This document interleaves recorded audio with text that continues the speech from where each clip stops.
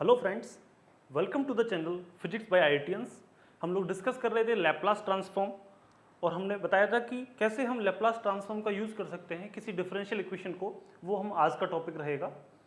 तो सबसे पहले हमारा टॉपिक है कि कैसे हम किसी डिफरेंशिएशन को लैप्लास ट्रांसफॉर्म में लिख सकते हैं। जैसे कि अगर आपका फर्स्ट डेरिवेटिव है dy बाई डी टी और आप इसका लैप्लास ट्रांसफॉर्म कैलकुलेट करना चाहते हैं तो ये होता है S Y S minus Y zero.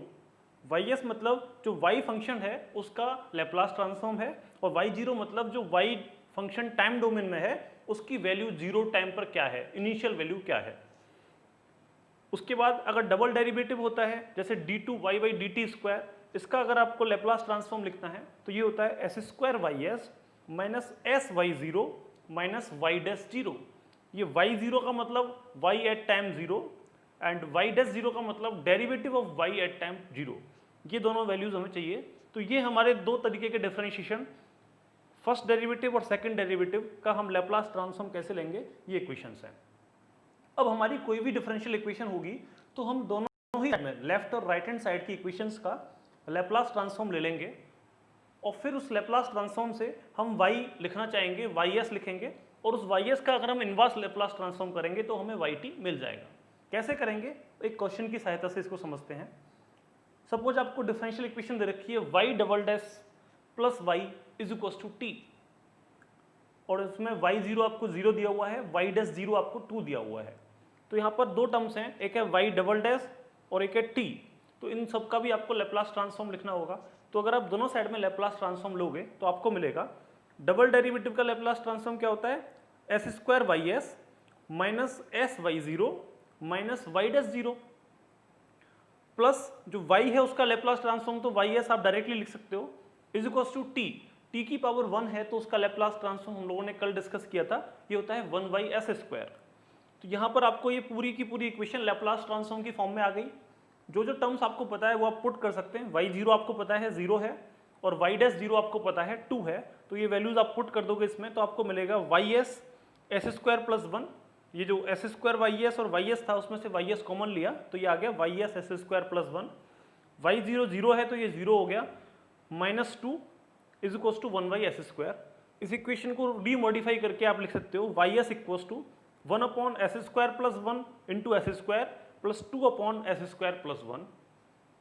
और अगर इसको फिर से मॉडिफाई करके आप लिखना चाहो रैशनलाइज करके तो इसे लिख सकते हो आप Y S equal to one by S square plus one by S square plus one. तो ये आपकी पूरी की पूरी लैप्लास ट्रांसफॉर्म इक्वेशन हो गई। अगर आप इसका इन्वर्स लैप्लास ट्रांसफॉर्म लोगे इंडिविजुअल टर्म्स का तो आपको वाई टी आसानी से मिल सकता है। तो आप वाई टी को लिख सकते हो Y T is equal to one by S square T का लैप्लास ट्रांसफॉर्म होता है और one by S square plus one sine T का लैप्लास ट्रांसफॉर्म होता है। तो हमारा वाई टी हो जाएगा टी प्लस साइन टी। इस तरीके से आप इस क्वेश्चन को सॉल्व कर सकते थे। और देखिए कुछ क्वेश्चंस और डिस्कस करते हैं इसी टॉपिक से रिलेटेड। ये दूसरा फंक्शन है जिसमें आपको दे रखा है F double dash T plus two F T four F T is equal to sine two T. अब इसमें एफ जो फंक्शन है उसका आपको लैप्लास ट्रांसफॉर्म लेना होगा, साइन टू टी का लैप्लास ट्रांसफॉर्म आपको लेना होगा और इनिशियल वैल्यूज दे रखी हैं आपको एफ जीरो जीरो है और एफ डैश जीरो भी जीरो है। अब अगर आप एफ डबल डेरिवेटिव का लैप्लास ट्रांसफॉर्म लोगे तो पहले की तरह सेम लिख सकते हो S square F S minus S F zero minus F dash zero. इसमें जो कैपिटल एफ लिखा हुआ है ये लैप्लास ट्रांसफॉर्म इंडिकेट करता है फंक्शन एफ टी का और स्मॉल एफ इंडिकेट करता है टाइम डोमेन फंक्शन को। प्लस एफ टी का Laplace transform simple F S है तो फोर एफ एस हो गया is equal to sine two T का लैप्लास ट्रांसफॉर्म हम लोगों ने कल डिस्कस किया था, ये होता है two upon S square plus four A upon S square plus A square. उस फॉर्मूले से यहाँ पर ए टू है तो ये to upon S square plus four हो जाएगा। अब अगर यहाँ पर हम इनिशियल वैल्यूज को पुट कर दें एफ जीरो की जगह जीरो और एफ डैश जीरो की जगह पे भी जीरो पुट कर दें तो हमें मिलेगा S square F S plus four F S is equal to two upon S square plus four.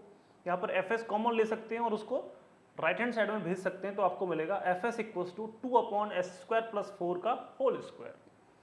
अब इसको अगर आप सॉल्व करेंगे इसका इन्वर्स लैप्लास ट्रांसफॉर्म लेंगे तो ये आपको मिलेगा one by eight sine two T minus T by four cos two T. अब आप कहेंगे कि ये कैसे आया, तो अगर आपको क्वेश्चन में ऑप्शन दिए गए हैं तो आप ऑप्शंस का लैप्लास ट्रांसफॉर्म लीजिए और देखिए कि वो एफ से मैच करते हैं कि नहीं। जो ऑप्शन मैच कर जाएगा वही आपको सिंपल आंसर दे देगा। दूसरा आप देख सकते हैं क्योंकि इसमें एस स्क्वायर प्लस 4 का टर्म है, तो आपका जो एफ टी फंक्शन होगा उसके नीचे एस स्क्वायर प्लस 4 लाने के लिए या तो आपको कॉस टी रखना पड़ेगा या साइन टी रखना पड़ेगा। और क्योंकि यहाँ पे होल स्क्वायर का टर्म आ रहा है, होल स्क्वायर तभी होता है किसी फंक्शन का अगर हम एस स्क्वायर प्लस 4 का डेरिवेटिव कर देंगे। 1 एस स्क्वायर प्लस 4 है, उसका डेरिवेटिव अगर आपको करेंगे तो आपको नीचे एस स्क्वायर प्लस 4 का होल स्क्वायर आएगा। जो फ्रैक्शनल डेरिवेटिव्स होते हैं उसमें हम डिनोमिनेटर का स्क्वायर कर देते हैं, और वो डेरिवेटिव तभी होता है अगर हम किसी फंक्शन में t से मल्टीप्लाई करते हैं। कल हम लोगों ने देखा था कि अगर किसी फंक्शन में t से मल्टीप्लाई कर दें तो उसके लैप्लास ट्रांसफॉर्म का डेरिवेटिव होके माइनस टाइम्स आता है। तो इसका मतलब t से कहीं पे मल्टीप्लाई हो रहा होगा और साइन टी और कॉस टी के टर्म होंगे जिसमें साइन 2t लिखा होगा क्योंकि a हमारा 2 है। तो इस तरीके से आप थोड़ा सा गैस कर सकते हैं ऑप्शंस को कि क्या ऑप्शन होगा, और फिर उसको लैप्लास ट्रांसफॉर्म लेके आप चेक कर सकते हैं एग्जैक्टली क्या आंसर होने वाला है। और कुछ एग्जांपल्स देखते हैं इसी टॉपिक से रिलेटेड। इस क्वेश्चन में आपको डबल डेरिवेटिव के फॉर्म में F double dash Y minus 10y dash plus 9y equals to 5t लिखा हुआ है। ये एक डिफरेंशियल इक्वेशन है जिसकी इनिशियल कंडीशंस आपको दी हैं, y0 -1 है और y डैश 0 आपका 2 है। तो पूछा गया है yt क्या होगा, मतलब इस डिफरेंशियल इक्वेशन का सॉल्यूशन क्या होगा। सिंपल प्रोसीजर, सेम प्रोसीजर जो अभी तक फॉलो किया है। हम पूरी इक्वेशन का लैप्लास ट्रांसफॉर्म लेंगे तो हम लिख सकते हैं y डबल डैश का लैप्लास ट्रांसफॉर्म होता है S square Y S minus S Y zero minus Y dash zero minus 10 Y dash का आप लैप्लास ट्रांसफॉर्म लिखोगे S Y S minus Y zero 9 plus 9 into Y का जो Laplace transform है वो वाई एस हो जाएगा इज इक्वल्स टू 5। टी का लैप्लास ट्रांसफॉर्म 1/s स्क्वायर होता है तो ये 5/s स्क्वायर हो जाएगा। अब इस इक्वेशन में इनिशियल वैल्यूज पुट कर देंगे आप, f0 की वैल्यू -1 और f डैश 0 की वैल्यू 2 पुट करोगे तो आपको ये इक्वेशन थोड़ी सिंप्लीफाई फॉर्म में मिल जाएगी। और फाइनली हम वाई को लिख सकते हैं 5/s square into S square minus 10s plus 9 plus 12 minus s square minus 10s plus 9। इसको और कंबाइन कर दें तो आप लिखोगे 12s square minus S Q plus 5/s square s minus 1 s minus 9। Basically जो s माइनस 1 और s minus 9 है वो s square minus 10s plus 9 जो क्वाड्रेटिक इक्वेशन है उसके फैक्टर्स हैं। अब देखिए हमें ये एक इक्वेशन मिल गई, अब इसको रैशनलाइज करना पड़ेगा, इसके फैक्टर्स करने पड़ेंगे ताकि हम इसको आसानी से लैप्लास ट्रांसफॉर्म का इन्वर्स कर सकें। और उसके लिए हम क्या यूज कर सकते हैं, हम इस इक्वेशन के जो नीचे वाले टर्म्स हैं उनके हिसाब से इसको एक कुछ मान लेंगे। सपोज इसमें एस स्क्वायर टर्म था नीचे तो उसके हिसाब से आएगा a/s प्लस b/s स्क्वायर। ये कैसे हम फैक्टर्स कर रहे हैं ये हम एक वीडियो में डिस्कस कर लेंगे कि किस तरीके से फैक्टर्स किए जाते हैं, ये हम नेक्स्ट वीडियो में डिस्कस करेंगे। अभी के लिए समझ लीजिए कि अगर नीचे एस स्क्वायर का टर्म है तो हम लिखेंगे a/s प्लस b/s स्क्वायर।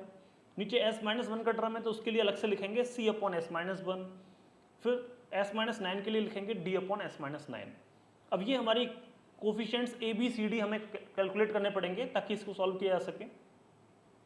अब अगर हम इसको सिंप्लीफाई कर दें तो हम इस इक्वेशन के न्यूमिनेटर्स को कंपेयर कर सकते हैं और लिख सकते हैं 12s square minus S Q plus 9 is equals to a times s minus 1 s minus 9 plus b times s minus 1 s minus 9 plus c times s square s minus 9 and plus d square plus d times s square s minus 1। तो ये हमारे equations हो गई। अब इसमें से या तो हम कंपेयर कर सकते थे सेम पावर्स को, एस क्यू की पावर कंपेयर कर लो, एस स्क्वायर की पावर कंपेयर कर लो, एस की पावर और एस की पावर 0 की पावर्स को कंपेयर करेंगे तो आपको आसानी से ABCD मिल जाएंगे। एक तरीका तो ये है। दूसरा तरीका है कि आप s की कुछ वैल्यूज पुट कर दो। जैसे कि अगर आप s की वैल्यू 1 पुट करोगे तो देखिए a वाला टर्म, b वाला टर्म और d वाला टर्म कैंसिल हो जाएगा क्योंकि s माइनस 1 का टर्म्स है उसमें। जैसे ही आपने s1 किया तो वो पूरा फैक्टर खत्म हो जाएगा तो आपको सिंपल c की वैल्यू मिल जाएगी। उसी तरीके से अगर आप s को 0 पुट करोगे तो आपका a, c और d वाले टर्म्स खत्म हो जाएंगे, आपको b मिल जाएगा। आपने s को 9 पुट किया तो आपके a b c सारे टर्म्स खत्म, आपको d मिल जाएगा। तो ऐसे भी आप कर सकते हैं क्योंकि ये थोड़ा आसान है। हम इसी प्रोसीजर से ABCD की वैल्यूज कैलकुलेट करने की कोशिश करते हैं। तो ये हमारी इक्वेशन है। अब इस इक्वेशन में अगर मैं s की वैल्यू को 0 मान लेता हूं तो आपके a, c और d वाले टर्म्स खत्म, तो आपको मिलेगा b टाइम्स -1 -9 इक्वल्स टू 5। तो b की वैल्यू हो जाएगी 5/9। ऐसे ही अगर आप s की वैल्यू 1 पुट करोगे तो आपको a, b और d वाले टर्म्स खत्म हो जाएंगे, तो आपको मिलेगा c times 1 into -8 is equal to 16, तो c आपका हो जाएगा -2। फिर s की वैल्यू 9 पुट कीजिए तो आपको d मिल जाएगा 31/81।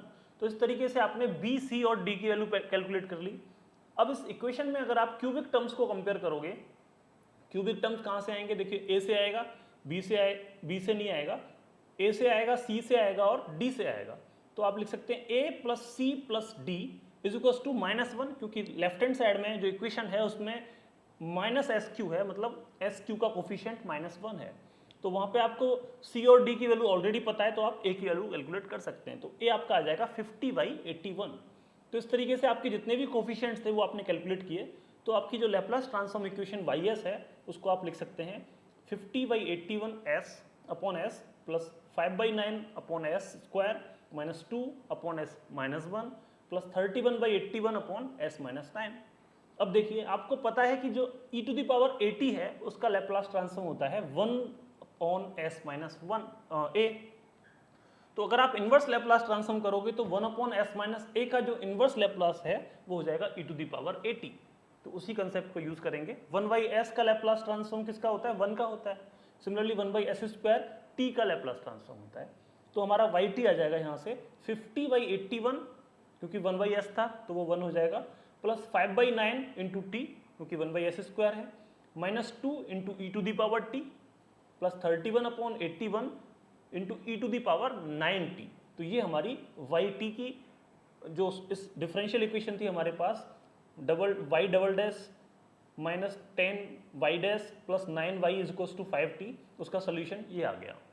तो इस तरीके से हम किसी भी डिफरेंशियल इक्वेशन जिसकी इनिशियल वैल्यूज आपको पता है, एक लैप्लास ट्रांसफॉर्म का यूज करके इसे सॉल्व कर सकते हैं। प्रोसीजर होता है, सबसे पहले उसका लैप्लास ट्रांसफॉर्म लिखिए आप लेफ्ट और राइट हैंड साइड का, फिर वहां से ys को एलिमिनेट कीजिए, ys को एक फ्रैक्शन में लेके आइए, उस फ्रैक्शन को सिंप्लीफाई कीजिए और इनवर्स लैप्लास ट्रांसफॉर्म जैसे ही आप लोगे तो आपको yt मिल जाएगा।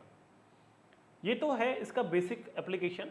इसकी रियल लाइफ में एप्लीकेशंस देखें तो आप किसी इलेक्ट्रिकल सर्किट को जैसे सॉल्व करना चाहते हैं मान लीजिए, तो इलेक्ट्रिकल सर्किट की आप डिफरेंशियल इक्वेशन लिख सकते हैं। जब मैंने आपको डिफरेंशियल इक्वेशंस पढ़ाया था तो मैंने बताया था कि डिफरेंशियल इक्वेशंस का फिजिक्स में बहुत इस्तेमाल होता है। काफ़ी सारी जगह हैं जहाँ जहाँ डिफरेंशियल इक्वेशन यूज़ होती है, तो उनको सॉल्व करने के लिए आप ये लैप्लास ट्रांसफॉर्म यूज़ कर सकते हो। जैसे मान लीजिए आज हम एक इलेक्ट्रिकल सर्किट को सॉल्व करना चाहते हैं। ये हमारा एक इलेक्ट्रिकल सर्किट है जिसमें एक रेजिस्टेंस 1 किलो ओम का लगा हुआ है, एक कैपेसिटर 1 माइक्रोफैरड का लगा हुआ है, वोल्टेज सप्लाई हमने 5 वोल्ट की दे रखी है, इनिशियल जो टाइम t इक्वल्स टू 0 पे वोल्टेज है वो 1 वोल्ट है कैपेसिटर के अक्रॉस, Vc0 ये आपको दिया हुआ है। आपसे पूछा गया कि सर्किट के अंदर करंट कितना होगा टाइम के साथ, करंट टाइम के साथ वेरी कर रहा होगा, कैपेसिटर चार्ज होगा, डिस्चार्ज होगा, तो एक पर्टिकुलर टाइम पर करंट कितना होगा वो आपसे कैलकुलेट करने को बोला गया है। तो हम क्या करेंगे, इस सर्किट की सबसे पहले डिफरेंशियल इक्वेशन लिखने की कोशिश करेंगे और उस डिफरेंशियल इक्वेशन से हम देखेंगे। सो देखिए इसकी डिफरेंशियल इक्वेशन आप कैसे लिख सकते हैं। आप इसमें सिंपली KVL लगा दीजिए, किरचॉफ्स वोल्टेज लॉ। तो वो आप लिखोगे तो कैपेसिटर के अक्रॉस जो वोल्टेज होगी उसे आप लिख सकते हैं Q/C। Q मतलब उसके अक्रॉस चार्ज कितना है, अपॉन C। रेजिस्टेंस के अक्रॉस जो वोल्टेज है उसे आप लिखोगे I × R। एंड वोल्टेज तो आपके पास VT है ही, तो आपकी इक्वेशन सिंपली हो सकती है 1/C। अब Q जो चार्ज है उसे आप लिख सकते हो I dt, charge is I dt। तो ये हो जाएगा 1/C integration I dt plus R × I is equal to V। अब इसमें जो आपके टर्म्स हैं, जैसे कैपेसिटर है आपको 1 माइक्रोफैरड, तो आप C की वैल्यू पुट कर दीजिए, R की वैल्यू पुट कर दीजिए और V की वैल्यू 5 आपको दे रखी है, तो जो जो वैल्यूज पता है वो पुट कर सकते हैं। उस पूरी इक्वेशन को 10 टू द पावर -6 से मल्टीप्लाई कर सकते हैं, तो आपकी सिंप्लीफाइड इक्वेशन हो जाएगी integration of I dt plus 10 to the power -3 into I is equal to 5 into 10 to the power -6। अब आपको ये इंटीग्रेशन ऑफ I dt चाहिए कैसे भी, कैसे करेंगे इसको सॉल्व। तो सबसे पहले तो हम इसका इंटीग्रेशन वाले का लैप्लास ट्रांसफॉर्म लेंगे। तो पूरी इक्वेशन का लैप्लास ट्रांसफॉर्म जो आप लोगे तो I dt का लैप्लास ट्रांसफॉर्म होगा I/S। I मतलब ये जो कैपिटल I है ये इंडिकेट करता है स्मॉल I का Laplace transform, plus 1/S integration of I dt at time 0। ये हम लोगों ने कल डिस्कस किया था। तो यहाँ पर t इक्वल्स टू 0 टाइम पर इस इंटीग्रेशन की वैल्यू क्या है वो हमें पता करनी पड़ेगी। Plus 10 to the power -3 into capital I plus 5 equals to 5 into 10 की पावर -6 अपॉन s, क्योंकि 1 का लैप्लास ट्रांसफॉर्म 1/s होता है। अब हमारा काम है ये इंटीग्रेशन I dt की value at time t equals to 0 find out करना। I dt क्या है? कैपेसिटर के अक्रॉस चार्ज है, उसमें अगर C से डिवाइड किया तो वो कैपेसिटर के अक्रॉस वोल्टेज हो गई, और कैपेसिटर के across voltage at time t equals to 0 हमें दे रखी है 1 वोल्ट। तो इससे आप कह सकते हैं Vc0 जो कि 1 है is equals to 1/c integration I dt। तो इस तरीके से आप इंटीग्रेशन I dt को सिंपली कैपेसिटेंस C के बराबर कर सकते हो। तो हमारा integration I dt at time t equals to 0 हो जाएगा 10 टू द पावर -6। तो हमें सारी चीज़ें मिल चुकी हैं। अब इस इक्वेशन में फिर से आप पुट कर सकते हो, तो आपको मिलेगा I/s plus 10 to the power -6 upon s plus 10 to the power -3i is equals to 5 into 10 की पावर -6 इंटू s। अब हमारा दूसरा काम क्या होगा? इस इक्वेशन में से i वाले टर्म्स को एक साइड रखना, बिना i वाले टर्म्स को एक साइड रखना, और फिर पूरी इक्वेशंस को i इक्वल्स टू समथिंग की फॉर्म में लिख देना, और उतना लिखने के बाद फिर उसका इन्वर्स लैप्लास लेना, आपका आंसर खत्म हो जाएगा। सो देखिए हमने यही किया। हमने पहले i वाले टर्म्स को एक साइड रखा तो आएगा 1/s plus 10 to the power -3 into i is equals to 5 into 10 की power -6 upon s minus 10 to the power -6 upon s। इन दोनों इक्वेशंस को कंबाइन कर सकते हो तो आप लिखेंगे 4 into 10 to the power -6 upon s। अब इस पूरी इक्वेशन में s से मल्टीप्लाई अगर आप कर देंगे तो आपको मिलेगा 1 plus 10 to the power -3s into i is equals to 4 into 10 to the power -6। तो i को आप लिख सकते हो 4 into 10 to the power -6 upon 1 plus 10 to the power -3 into s। चाहे तो आप 10 टू द पावर -3 को नीचे ले जा सकते हैं, तो इस इक्वेशन को और सिंप्लीफाई करके लिख सकते हैं i is equals to 4 into 10 to the power -3 into 1 upon 1000 plus s। तो ये बेसिकली s प्लस a की फॉर्म आ गई। अब जब भी e टू द पावर 80 होता है तो उसका लैप्लास ट्रांसफॉर्म हम लिखते थे 1 अपॉन s माइनस a, और अगर s प्लस a है तो ये e to the power -t की फॉर्म में जाएगा, -80 की फॉर्म में। तो हमारा it जो है करंट फ्रॉम दिस सर्किट वो आ जाएगा IT is equals to 4 into 10 to the power -3 into E to the power -1000t। तो ये है हमारे पास करंट जो सर्किट के अंदर फ्लो कर रहा है। हमने सिंपली क्या किया, सबसे पहले KVL लगाया पूरे सर्किट में, और उस KVL के थ्रू जो इनिशियल कंडीशन थी उसको यूज़ किया और हमारी पूरी लैप्लास ट्रांसफॉर्म इक्वेशन आ गई। उससे हमें I का लैप्लास ट्रांसफॉर्म मिल गया कि I का लैप्लास ट्रांसफॉर्म है 4 into 10 to the power -3 up into 1 upon 1000 plus s। इसका इन्वर्स लैप्लास ट्रांसफॉर्म लिया हमने तो ये आ गया 4 into 10 to the power -3 into E to the power -1000t। अगर आप t इक्वल्स टू 0 पे करंट निकालना चाहेंगे तो देखिए t 0 पुट कर दीजिए तो एक्सपोनेंशियल टर्म 1 हो जाएगा, तो हो जाएगा 4 into 10 to the power -3 ampere या फिर 4 मिली एम्पियर। इस इक्वेशन से आप करंट का ग्राफ भी ड्रॉ कर सकते हैं कि कैसे करंट टाइम के साथ वेरी कर रहा है। तो आप देख सकते हैं कि टाइम t इक्वल्स टू 0 पे करंट की वैल्यू मैक्सिमम है, और जैसे जैसे टाइम बढ़ता है वो धीरे धीरे करंट एक्सपोनेंशियली रिड्यूस हो रहा है। तो ये हमारा एक एप्लीकेशन था कि कैसे हम किसी डिफरेंशियल इक्वेशन को सॉल्व कर सकते हैं और उस डिफरेंशियल इक्वेशन को कैसे बना सकते हैं। तो हम लोगों ने देखा कि अगर कोई इलेक्ट्रिकल सर्किट है तो KVL लगा के आपने आसानी से एक डिफरेंशियल इक्वेशन बनाई, फिर उसमें लैप्लास ट्रांसफॉर्म करके आपने उसका लैप्लास ट्रांसफॉर्म निकाल लिया, फिर जैसे ही हमने उसका इन्वर्स किया तो हमें जो फंक्शन की वैल्यू थी या फिर उस डिफरेंशियल इक्वेशन का सॉल्यूशन था वो मिल गया। आज के लिए फ्रेंड्स इतना ही था। अगर आपको ये वीडियो अच्छा लगा है तो इसको लाइक कीजिए, अपने फ्रेंड्स के साथ शेयर कीजिए और हमारे चैनल को सब्सक्राइब कीजिए। हम लोग डेली कुछ क्वेश्चंस डालते हैं टेलीग्राम चैनल पर, उन क्वेश्चंस को भी आप सॉल्व कर सकते हैं। और एक टेलीग्राम पर ही हमारा एक चैनल है जिसमें हम लोग डिस्कशन को एनकरेज करते हैं, तो आपके कुछ डाउट्स हैं तो आप वो पूछ सकते हैं और बाकी फ्रेंड्स के डाउट्स को भी सॉल्व करने में हेल्प कर सकते हैं। Thank you.